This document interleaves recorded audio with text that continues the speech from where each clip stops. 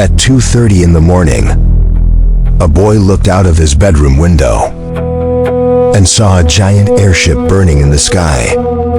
Minutes later,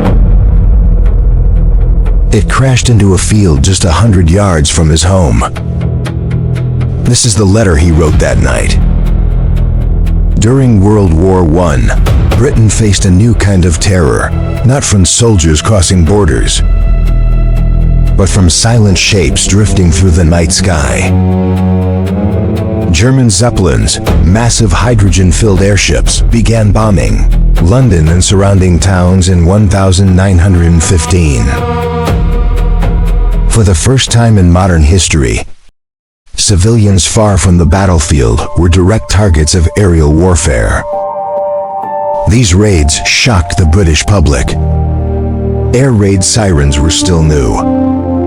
Anti-aircraft defenses were crude. And the idea that death could fall from the sky was deeply unsettling.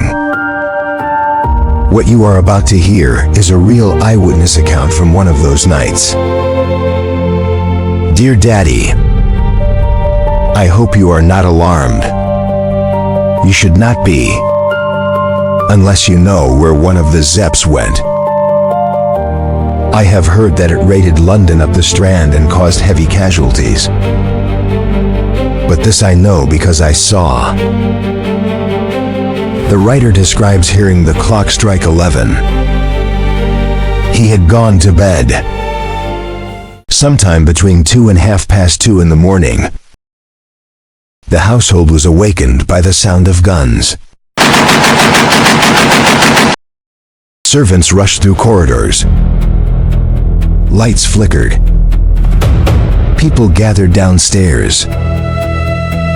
Then they saw flashes in the sky and heard what he called bangs and pops. Suddenly, a bright yellow light appeared. "Oh, it's all right," someone said. "It's only a star shell." A moment later, the light returned. But this time, it was not harmless. They rushed to the window. And there, directly above them, was the Zeppelin. It had broken in half, he wrote. It was in flames, roaring and cracking. Imagine that sight. A 500-foot airship filled with hydrogen, now a floating inferno. The burning wreck drifted slightly to the right. Then it crashed into a nearby field, only about 100 yards from the house. The night sky must have turned orange. The fire nearly consumed the entire structure before the local fire brigade arrived to extinguish what remained. But the letter doesn't stop there. The writer describes the conditions of the crew. He hesitates, but continues. They were dead, burned to death, he wrote. They were roasted. There is absolutely no other word for it. It is a brutal, unfiltered description. This was not propaganda. This was not a newspaper headline. It was a young person trying to explain what he had just testified. According to the letter, the Zeppelin had been bombed from above by an airplane using an incendiary bomb. This detail is significant.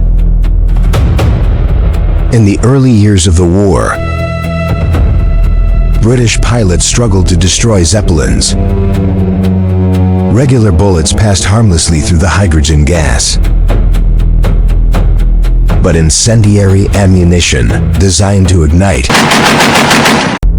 changed everything. When the hydrogen caught fire, the result was catastrophic. By 1916, the once terrifying airships became vulnerable targets. the balance of fear began to shift. The destruction of Zeppelins marked a turning point in aerial warfare. They had symbolized German superiority technologically, enormous, silent, unstoppable. But once incendiary rounds proved effective, the myth collapsed. Public confidence slowly returned. However, for civilians like the writer of this letter,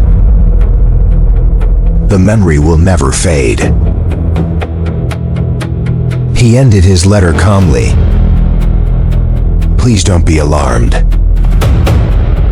All is well that ends well. We are all quite safe. There is something deeply human in that closing line. After witnessing death falling from the sky, he reassures his father. History is often told through generals and battles. But sometimes it survives in letters written at 2:30 in the morning by someone staring out of a window at a sky on fire. The Zeppelin raids were more than military operations. They were the moment modern warfare reached into ordinary homes.